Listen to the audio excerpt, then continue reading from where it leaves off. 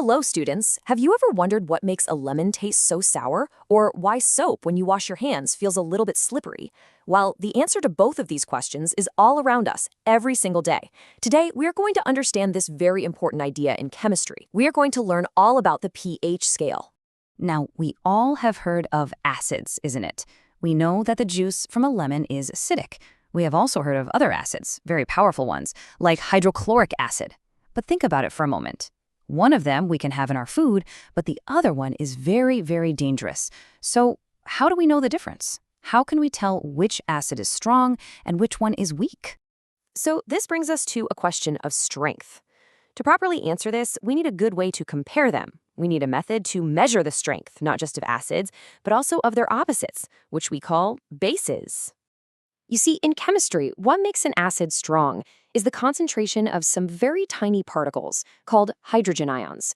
The more of these ions there are in a solution, the stronger the acid is. So what we really need is a special kind of scale, a tool that can help us measure this concentration in a very simple way. And that special tool is exactly what we are here to discuss today. It is called the pH scale.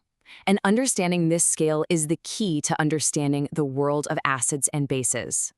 So what is this pH scale? Well, it is a scale that was made just for one purpose, to measure the concentration of those hydrogen ions.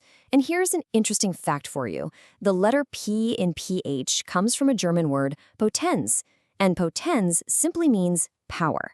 So you can think of pH as the power of hydrogen. Just imagine it like a ruler, but for chemistry. It's a scale of numbers that goes from 0 all the way up to 14. At one end, down at 0, we have the substances that are very, very acidic. And at the other end, up at 14, we find the substances that are very alkaline, which is just another word for basic. So what about the middle of this scale? Well, right in the center, we have the number 7. And anything with a pH of exactly 7 is considered neutral.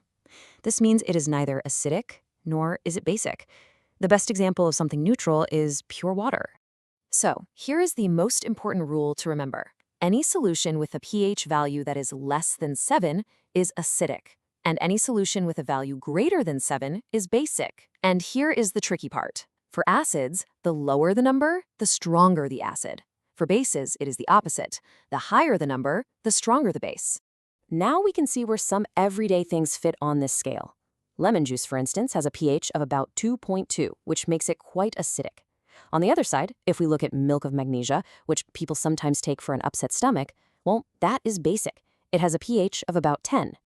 Okay, so now we understand what the scale is, but why does it matter to us? Well, as it turns out, pH is incredibly important in our daily lives, much more than you might think. Let's start with something very close to us, our own bodies. Our body is like a very complex chemical factory. And for it to work properly, the pH level has to be just right. For example, our blood must stay in a very, very narrow pH range, between 7.0 and 7.8. If it changes too much, a living being cannot survive. Here is a perfect example that we all have felt. To digest the food we eat, our stomach produces a very strong acid. But sometimes if we overeat, the stomach can produce too much acid. This extra acid causes that burning feeling, that pain and irritation that we call indigestion or acidity. So, what is the solution? We take an antacid. An antacid is simply a mild base, and this base neutralizes the excess acid in our stomach, which makes us feel better. It is a real chemical reaction happening inside our body. Now, the importance of pH is not just inside our bodies, but also in the environment all around us.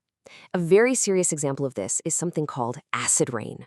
You see, when the pH of normal rainwater drops below 5.6, then it is called acid rain. So why is acid rain such a big problem? Well, when this acidic rain falls, it flows into our rivers and our lakes. And over time, this slowly lowers the pH of the river water, making it more and more acidic.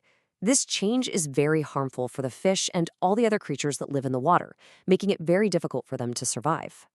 Let's think about something else now. Let's think about plants and the food that we grow. Have you ever noticed that some plants grow very well in one garden, but the same kind of plant just will not grow properly in another garden, maybe right next door? Well, a big reason for this is the pH of the soil. You see, every plant needs a very specific soil pH to be healthy and to grow well.